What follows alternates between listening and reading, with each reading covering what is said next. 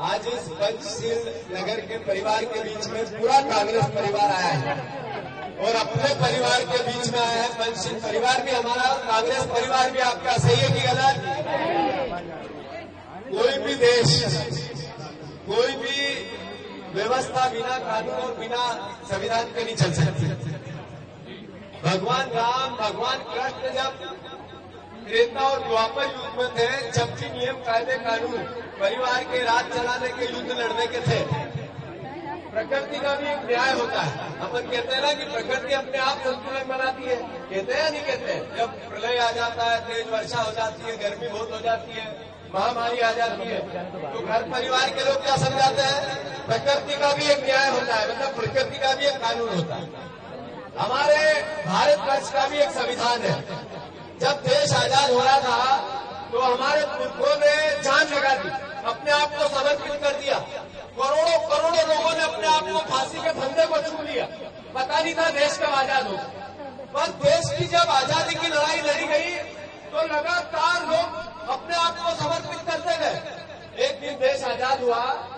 देश के आजादी के मतवालों ने एक सपना देखा कि ऐसा देश बनेगा जिसमें सब एक जैसे रहेंगे, सबको खाना मिलेगा, सबको इलाज मिलेगा, सबको नौकरी मिलेगी, सब अमीर गरीब का भेद कम हो जाएगा, सब परिवार के लोग मिलजुल कर रहेंगे, न किसी जात की बात होगी, न किसी धर्म की बात होगी, सिर्फ इंसानियत की बात होगी। संविधान में इसका कानून है।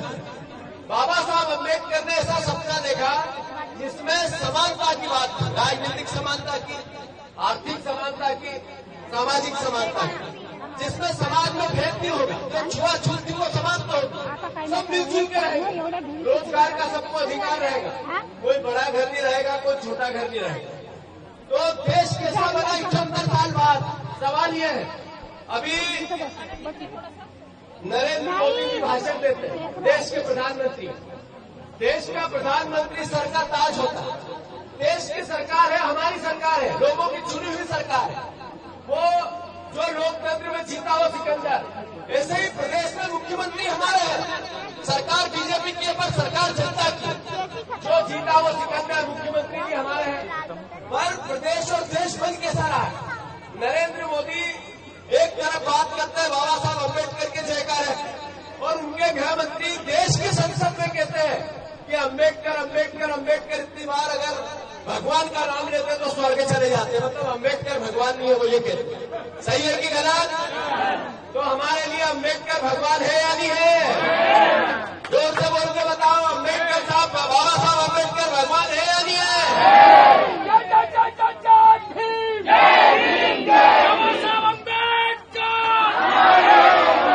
अब सवाल ये है कि देश और प्रदेश बन कैसा रहा?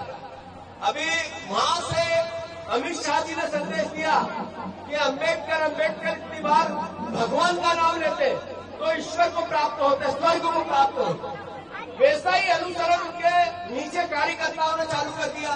मेरे पास एक लिस्ट है 50 केस की, 24 और 25, 2023, 24 और 25, ये 3 साल में लगभग 50 केस ऐसे हुए जहां दलितों को जिंदा काट दिया गया। अभी मैं मीडिया को दूंगा। जहां दलित बहनों के साथ बलात्कार हुआ, जहां दलित परिवार की बहनों के साथ गैंगरेप हुआ, जहां दलित परिवार की बहनों को अगवा करके ले गए, जहां हमारी आदिवासी बहनों को अगवा करके ले गए। जो आरक्षित वर्ग है, जो अनुसूचित जाति जनजाति का वर्ग है, वो इस मध्य प्रदेश में सुरक्षित थी। ये इस लिस्ट में, और इसके पीछे कौन है? इसके पीछे आप देखो कि मंदसौर में मोहनलाल धाकर का तो आपने देखा ही था, सबसे पहले बीजेपी का नेता सरेआम बदतमीजी करता मिला। उसके बाद सीधी में अजीत सिंह पाल चौहान द्वारा रेप किलिंग की गई और रेप किया गया, बीजेपी का नेता। फिर इसके बाद भोपाल में दीपक ठाकुर द्वारा मारपीट की गई, बंधक बनाया गया, बीजेपी का नेता।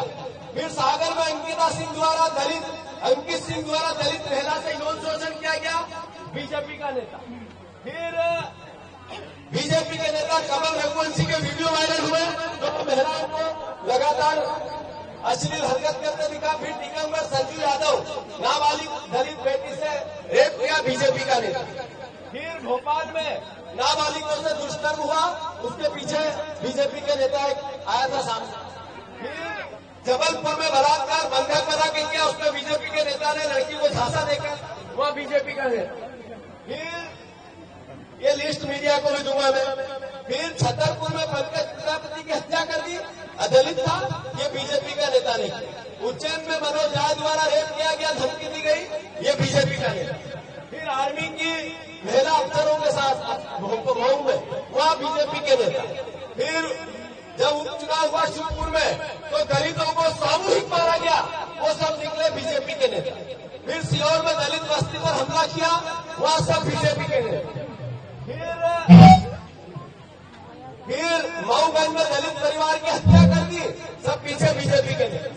फिर ग्वालियर में मंडी बोर्ड अधिकारी पर हमला हुआ, वो दलित था, इसलिए बीजेपी का नेता। फिर मंदसौर में वही अच्छा था। फिर मंदसौर में महिला निर्वस्त्र कर पिटाई कर 2024 7 लोगों ने महिला को निर्वस्त्र कर पीटा और सामूहिक उसको घुमाया गया। दलित महिला थी, सब बीजेपी के लोग। फिर भोपाल में 1 करोड़ की लूट हुई। फिर अंकुर जायसवाल पर हमला, फिर अवैध रेत खनन में इनका, सब बीजेपी के नेता। और जंगल राज होता कि अलीराजपुर में नाबालिग बच्ची का अपहरण, आदिवासी थी, पीछे निकले, विवरण भरे बाजार से नाबालिग का अपहरण हो गया। फिर नेमावर में आदिवासी परिवार की हत्या। लगातार ये लिस्ट है जिसमें दलित परिवारों का शोषण हो रहा है। आखिर अमित शाह जी ने वहां से निर्देश दिया और बीजेपी के लोग यहाँ काम पे लग गए। मैं आदरणीय मोहन यादव जी ये लिस्ट जारी कर रहा हूँ, इस पर आपको उत्तर देना पड़ेगा कि आखिर आप हमारे मुख्यमंत्री, आप प्रदेश के मुख्यमंत्री, आपको प्रदेश को एक साथ व्यवस्थित रखना, सबका सम्मान रखना, कानून की बात रखना आपका दायित्व है। सरकार और पूरा प्रशासन इन लोगों का संरक्षण में लग जाता है, इनको बचाने में लग जाता है। आखिर आप मुख्यमंत्री हो तो इनको सजा क्यों नहीं मिलती? इनका क्या स्टेटस है? इतने 2023, 24 और 25 में जिन लोगों ने इस तरह की घटनाएं की, उनकी पूरी विवरण में आपको दूंगा, पर चिट्ठी लिख के दूंगा, सार्वजनिक दूंगा। मुख्यमंत्री जी लगाम कसो। आखिर दलित परिवार का होना गुनाह हो गया? क्या कारण है कि बाबा साहब अम्बेडकर, जिन्होंने संविधान का निर्माण किया, जिन्होंने संविधान को लागू किया, जो आज संविधान की रक्षा करने का संकल्प एक एक नागरिक, भारतवर्ष का एक एक देशभक्त नागरिक लेता है, उनकी प्रतिमा हाईकोर्ट में नहीं लगेगी? मैंने आपको चिट्ठी लिखी मोहन यादव जी, आपने उसमें संज्ञान में क्यों नहीं लिया? आपने पहल क्यों नहीं की कि बाबा साहब अम्बेडकर की प्रतिमा ग्वालियर खंडपीठ पे लगनी चाहिए? मैंने सुप्रीम कोर्ट, कांग्रेस पार्टी ने सुप्रीम कोर्ट में भी इस तरह की चिट्ठी लिखी कि बाबा साहब अम्बेडकर की प्रतिमा का निर्माण में स्थापना होनी चाहिए। कांग्रेस पार्टी ने 2 दिन लगातार संविधान सत्याग्रह का आयोजन किया। हर दलित बस्ती में, हर ब्लॉक में 2 दिन तक परिवार के साथ बैठकर संविधान की रक्षा का संकल्प लेंगे। आप सब संविधान की रक्षा होनी चाहिए कि नहीं होनी चाहिए?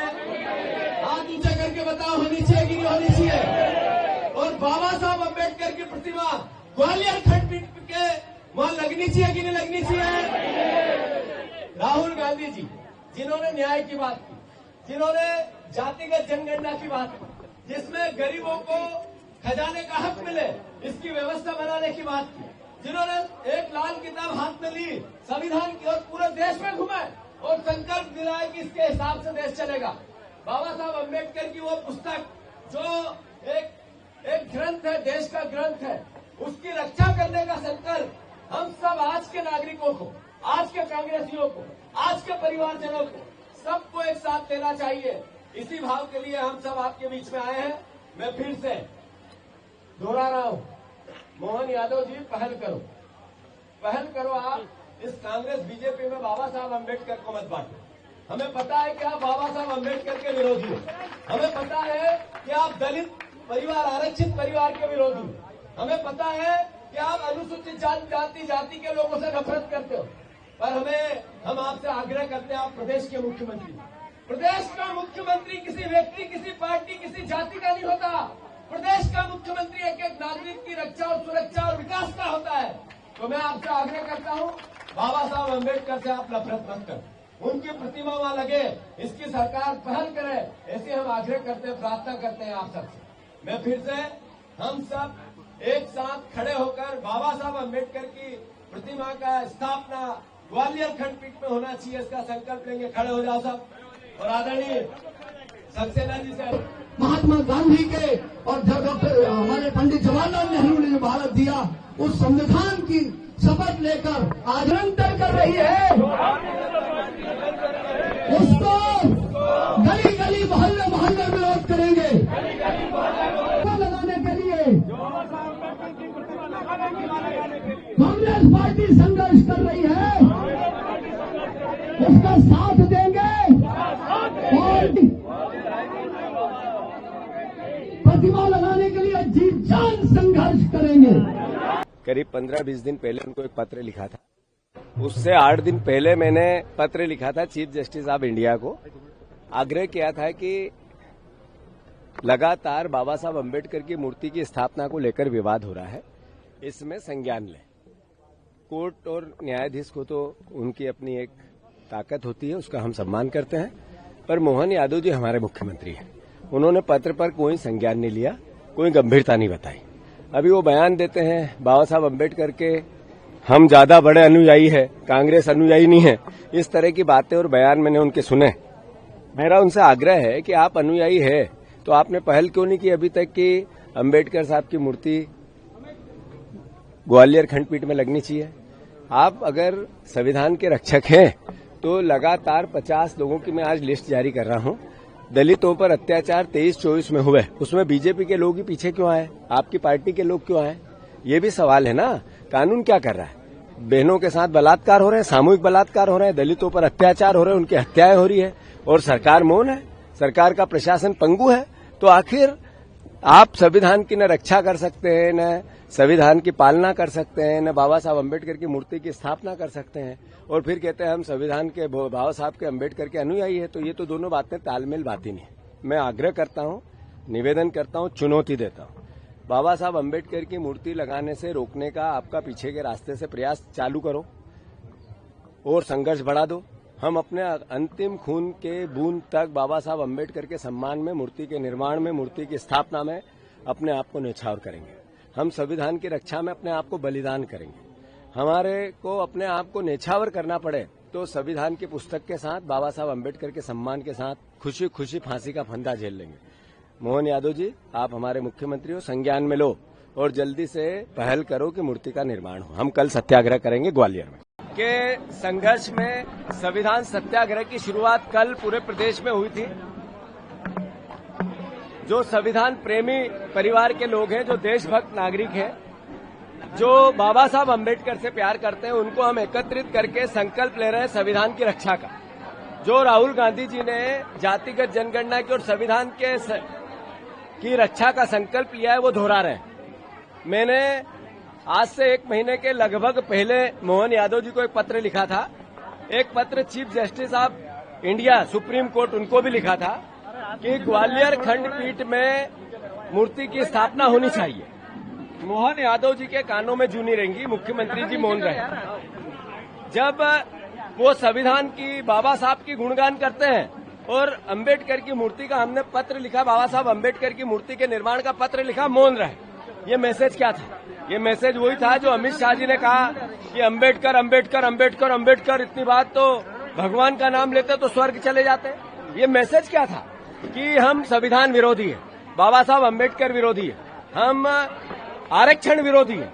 ये बात मोहन यादव, बीजेपी और भारतीय जनता पार्टी ने की। हमने दृढ़ संकल्प लिया है, जब तक ग्वालियर खंडपीठ में बाबा साहब अम्बेडकर जी की मूर्ति का स्थापना नहीं होती, कांग्रेस पार्टी आंदोलन, संविधान सत्याग्रह चलाती रहेगी।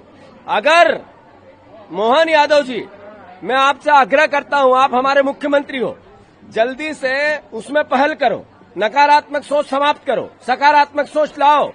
आप सरकार के मुखिया हो, बात करो कोर्ट के संबंधित लोगों से, जजेस से बात करो, मूर्ति की स्थापना करवाने में अपनी भूमिका निभाओ। और अगर आप ऐसा नहीं करते तो मैं फिर आपको आगाह करता हूं, अंतिम खून की बूंद तक कांग्रेस पार्टी ये लड़ाई लड़ेगी।